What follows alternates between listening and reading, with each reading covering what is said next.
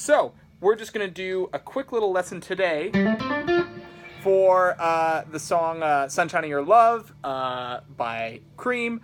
Great band, Eric Clapton's, one of Eric Clapton's bands. So why don't we just hop right into this, really iconic riff and the chorus with some of its power chords. So this riff, classic riff, and it's actually not that bad once you kind of look at it a little bit more into detail. So we're going to start off. I'm going to kind of move up a little bit just so you can see a little bit better. So what we're going to do, we're going to start off on that 4th string. So we're on that 4th string, and what we're going to do is we're going to start off on that 12th fret. I'm going to put my ring finger there on that 12th fret, and what we're going to do, we're going to go. I try to do up and down, right, with my, just to be as efficient as I can with that sort of, with the picking. So I'm not, just less work on my hand if you get into the habit of doing the up down, that's a really good thing to, keep in mind. So anyways, what we're going to do is we're going to start off on that 4th fret. We're going to go, 4th fret, 4th string up from the 12th fret. What we're going to do is we're going to go 12, 12, and with our index, we're going to hit that 10th fret of the 4th string and back up to the 12th fret. So it sounds like this. Then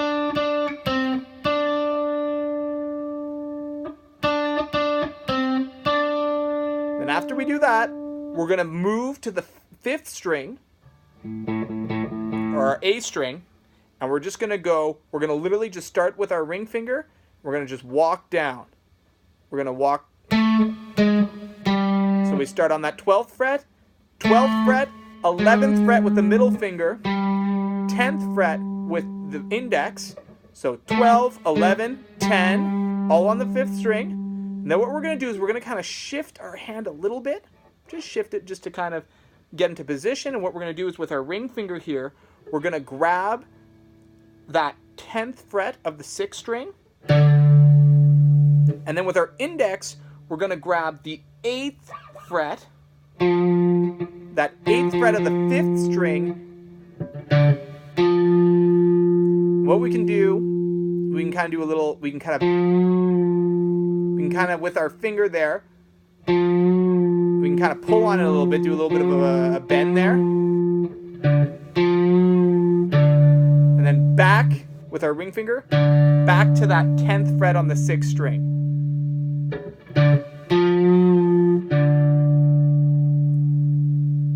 All together, it's going to sound like this. And I'm going to go nice and slow, and you can, kind of, on the YouTube video, whatever, put it back there if you need to. So just to go over it a few times. So it's going to just be like this. So starting from the beginning.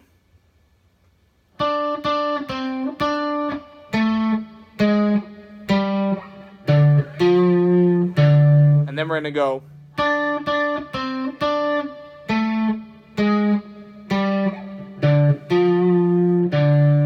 And we're just going to do that. We're going to just do that 4 times. So you just do that riff 4 times. That's sort of riff number 1. Because this song is kind of based in a sort of blues sort of thing, for the second riff, all we're going to do is we're going to take that same riff, and instead of doing it on the 4th, the 5th, and the 6th string, we're just going to take everything we've learned, but now we're going to play it on the 3rd, the 4th, and the 5th string. So we're going to just move it up onto those strings. So we're going to start on the 3rd string, and we're going to do the same thing. Right? 12, 12, 10, 12, and then walk it down on that 4th string now. And then just like we did with the 6th and the 5th string, we're going to do it on the 5th and the 4th string. And you're going to do that riff, so that's riff number 2, you're going to do that riff just twice. So far what we've got, riff number 1.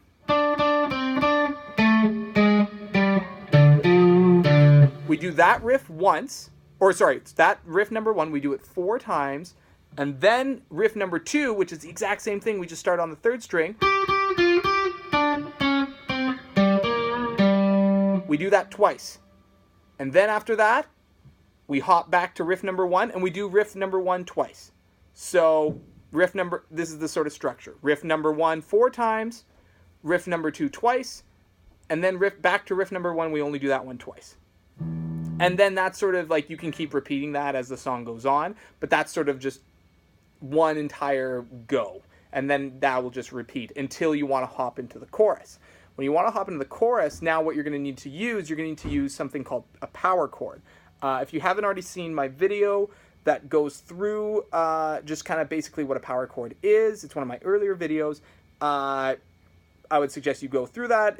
I go through what a power chord is a little bit more into detail, but essentially all you got to know, if you're just, you're here right now and you want to learn what a power chord is. Power chords only take place on the either on the 6th, 5th, and 4th string, or the 5th, 4th, and 3rd string. You don't really need the 2nd and the 1st string for power chords. It's only the low 4 that you need. And what you're going to do is you're going to have, I always think of it like this. If you're doing a full power chord, there's 3 parts to it. There's going to be your bass note. Your bass note is going to always either be on your 6th string or your 5th string. It's going to be somewhere there on the 5th or 6th or the 5th string. And then what you need is your 2 other parts. You're going to need your 5th and your octave. To find your 5th, what you're going to need is, let's say I'm playing a power chord where the bass note is on the 5th string, like the first power chord we're going to play for this song, which is an A power chord. It's a power chord that's replacing a regular A major chord.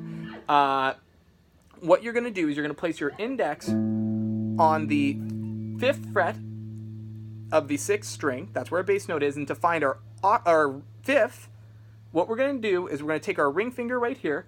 We're going to go 1, 2. So 2 frets away. So now we're on the 7th fret. And then you're going to put it 1 string higher up. So now you're on the 7th fret of the 5th string. That's our 5th.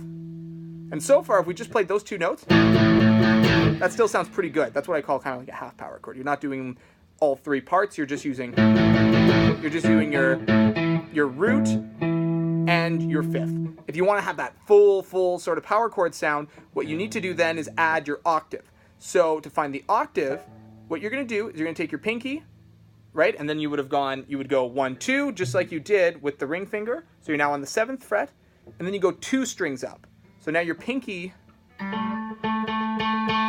is going to be on the 7th fret of that 4th string. And you only play those 3 strings. It's going to sound like that, a real sort of like rocking sort of sound. So what you're going to do, so a power chord, it's always going to be like that. If it's on, let's say your bass note is on the 7th fret of the 6th string, you go 1, 2, 1 with the index, with the ring finger, and then with the pinky, 1, 2, 1, 2.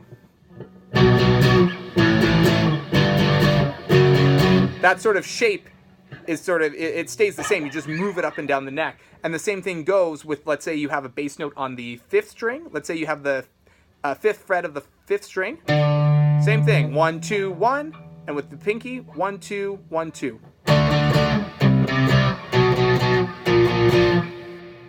It's transferable. You can use that shape all over the place. So what we're going to do is we're going to start off with an A power chord with our bass. So our bass note is on the 5th string, 5th fret of the 6th string, and you're going to do this.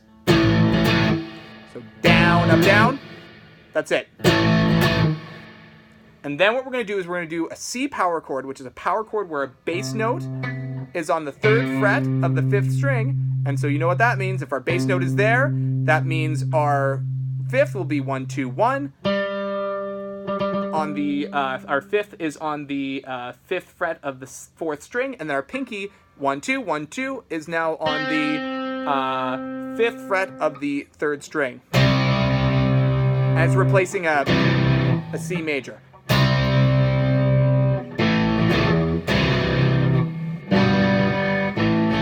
So it's replacing a C, and then to get our G power chord, we just take that shape and we just move it down, I guess, down the string. So now you have our bass note is on the 3rd fret of the 6th string, and again, if our thing is there, all we gotta do, there's a thing on my screen here, I'm just gonna get rid of it, there you go. You take your ring finger here, you put it on where your 5th is, which is 1, 2, 1. So it's right there on the 5th fret of the 5th string. And then our pinky, 1, 2, 1, 2. Our octave is there on the 5th fret of the 4th string. And all you're going to do there with that C power chord and that G power chord is you're going to go... You're just going to go C, G, and then back to A.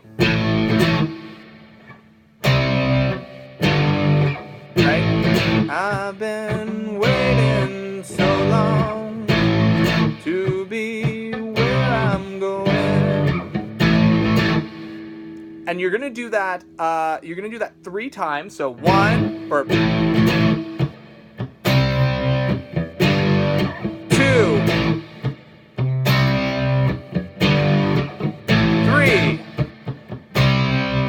and on the 4th time, you go back up to that A power chord and you just go. You can even just go.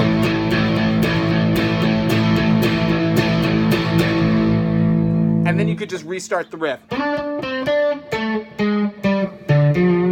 Or even if you wanted to get really fancy, you could do.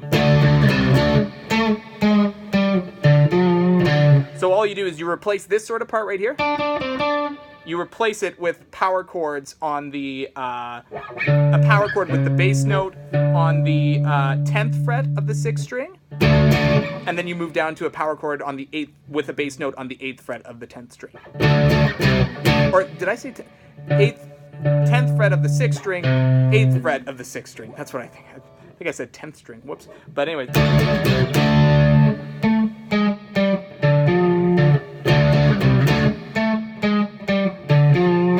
And then you could do the same thing for the riff number 2, except now you're doing power chords. You replace that with, because if you notice, that's just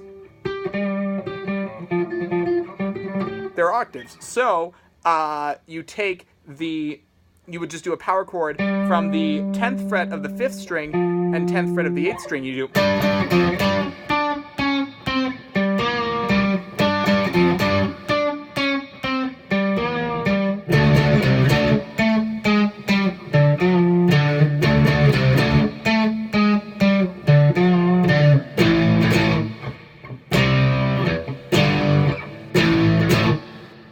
And you just rinse and repeat. And there you go. That's like the entire sort of rhythm guitar part, I'll say.